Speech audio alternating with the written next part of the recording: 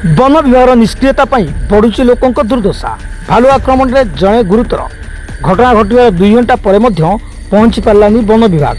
छुआठार अलग हो उत्पात करुच्ची माँ भालू। नित्यकर्म सारे जाइथिबा बेले भालू आक्रमण शिकार होती जाजपुर रोड मधुपुर वनपाल कार्यालय अधीन तुरंग ग्रामर जलधर जेना पुओ चिन्मय जेना निकटस्थ कुआरिया नाल को शौचपाई जाइथिबा बेले भालू आबड़े पड़ जाइथिले। तांको आखि नाक और गोड़ को कामुड़ी क्षताक्त करिछि भालू। वन विभाग छुआ भालू को खोजुवा बेले छुआ ठारू अलगा होई लोकों को करुछि आक्रमण। जाजपुर प्रशांत राउत को रिपोर्ट, कलिंग 7।